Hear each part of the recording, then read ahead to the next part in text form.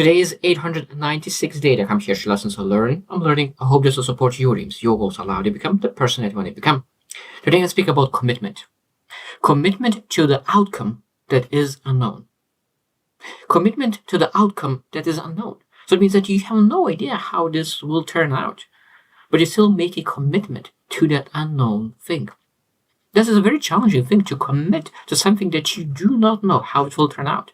That means that could be creating a family, that could be a relationship, that could be the business.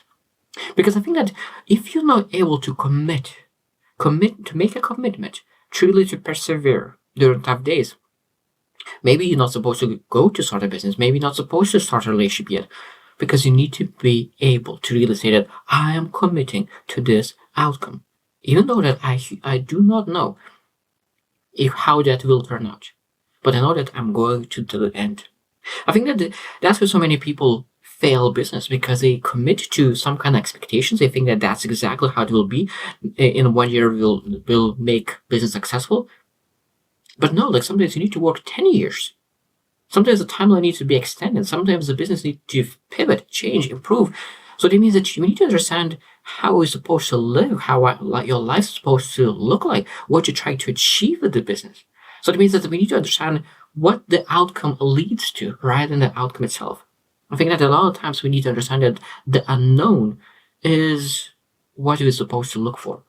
So today we'll share the things that's what we need to really think about when you're really making commitment to unknown things, because we potentially could dedicate our lives to make a commitment to the outcome that we are not clear about.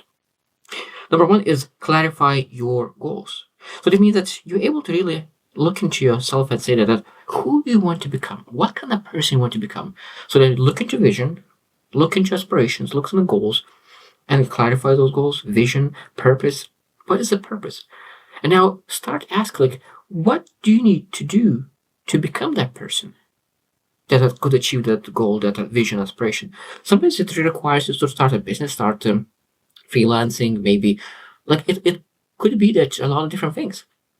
So that means when you start a business, you are starting a business not to make money sometimes. You're starting the business to become the person who could really start a business and scale a business. Because a lot of times when you think about the very, very successful people, they do not succeed with the first business, even second business, even third business, fourth business, fifth business.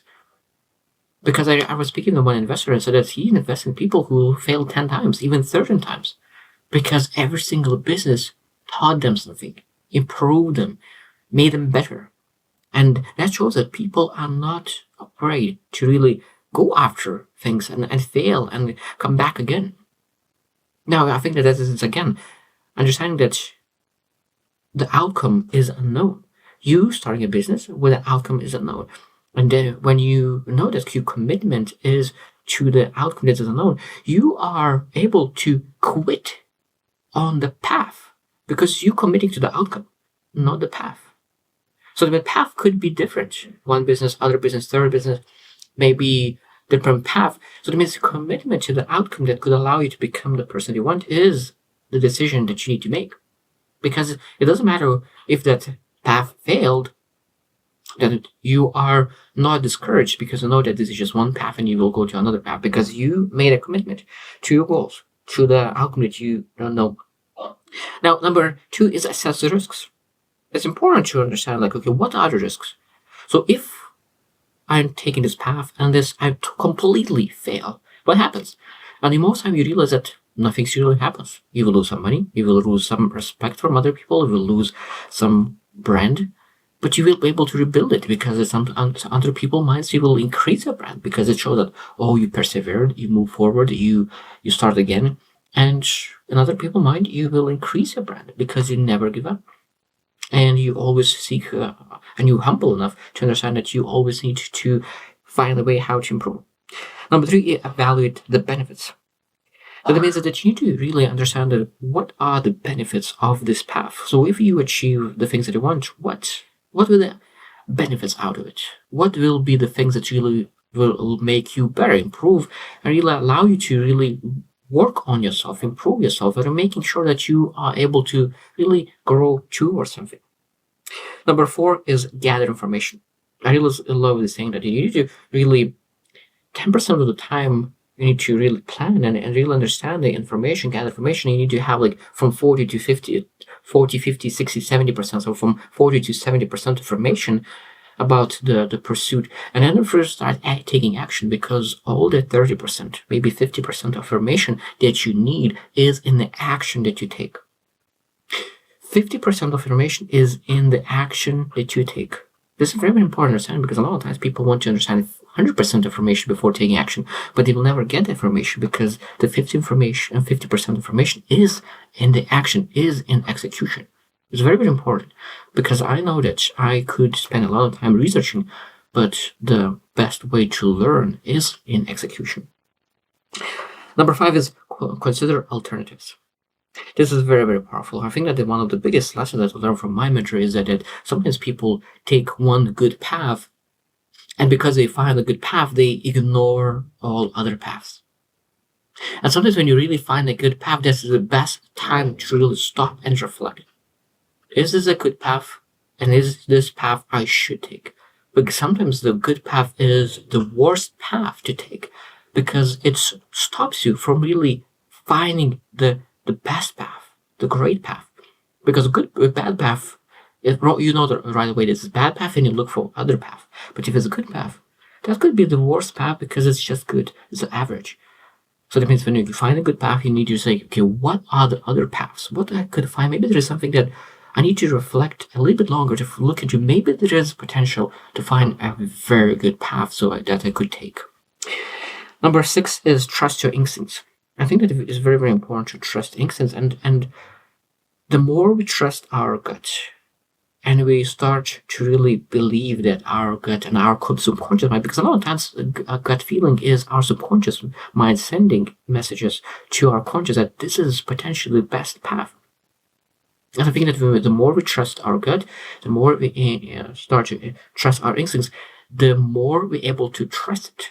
Because if you never trust your gut, it's very hard to trust it. So that means that we need to really start making decisions based not just on knowledge, but on instincts as well, because those instincts a lot of times is sent by the subconscious mind, and our subconscious mind is much more powerful than our conscious mind. Number 7 is prepare for contingencies. And this is very interesting, because if you're very, very young, from 20 to 30, maybe you don't have anyone depending on you. So contingency is not as important, because you can go all out and there's nothing to lose. But if you're a little bit older, 40, 50, and you have a family behind, and there is a massive, maybe people who depend on you, of course, and you have some contingencies, plan B, worst case scenario. So it depends on the person. So some people doesn't need contingencies. Some people really require that, because if something goes south, of course, a lot of people could hurt because of that. Contingency is important for those people. Number 8 is seek advice. This is essential. It doesn't matter who a person is and what the outcome is. Every single person needs to seek advice. This is the most important lesson of life, is seek advice. Seek to follow. Be a leader, because the best leaders of all have something to follow. Best leaders of all have something to follow. Maybe spiritual. It doesn't matter what we need to. Every single person, I truly believe it, every single person needs to have something to follow, because only the best followers are the best leaders. And when you seek advice, you will get the advice, and you will be able to really overcome maybe small things that could become massive if you just don't address it. Number 9 is take calculated risks. That means that you need to assess risks and really take them, and really making sure that we understand that even though there's some risks will be bigger, some will be smaller, we need to understand, okay, what risks are you not afraid to take? And if you fail in those risks, and what happens? And most time you realize that there's not a lot of things that could really destroy you or destroy the business, because you're able to really adjust, pivot, and really find the best way. Because I always say that most business, 90% of business fail not because of the business fails, because the business owner fails to really persevere, be resilient, making things happen, and really not be afraid to really fail and take risks. And when we really take risks, we're able to improve everything. And the last one is be resilient. So to commit to outcome that is unknown, you will need to have resilience. That means that you really take action after action after action after action, and you don't get any results. And it's very hard to say that what kind of outcome you get, because a lot of times you get some kind of outcome, and you say that this is not the outcome I was looking for, and you still need to keep doing the things. And it might be that because the outcome is unknown, it will require a little bit longer to really finally get the things that you're looking for. Because at the end of the day, I truly believe that we need to really pursue something meaningful. And that is lifestyle. That is really the things that really makes life joyful. Because we could potentially pursue material things. We can pursue relationships. We could pursue some kind of experiences. And I found that the best thing that we can pursue is relationships. And when, of course, when we have the highest pursuit of relationships, we need experiences and material things to elevate relationships. So I think that the outcome that we always need to seek is like, what we able to pursue right now.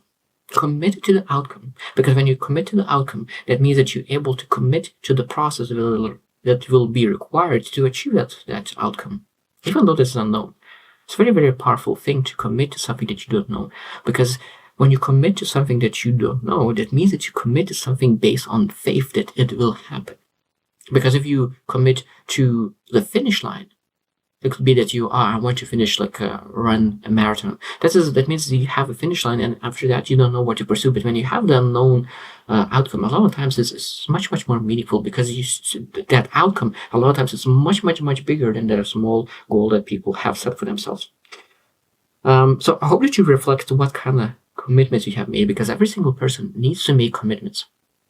There's a lot of commitments that people need to make, and people are afraid to make commitments. But I think that life becomes much more beautiful when we make very important commitments.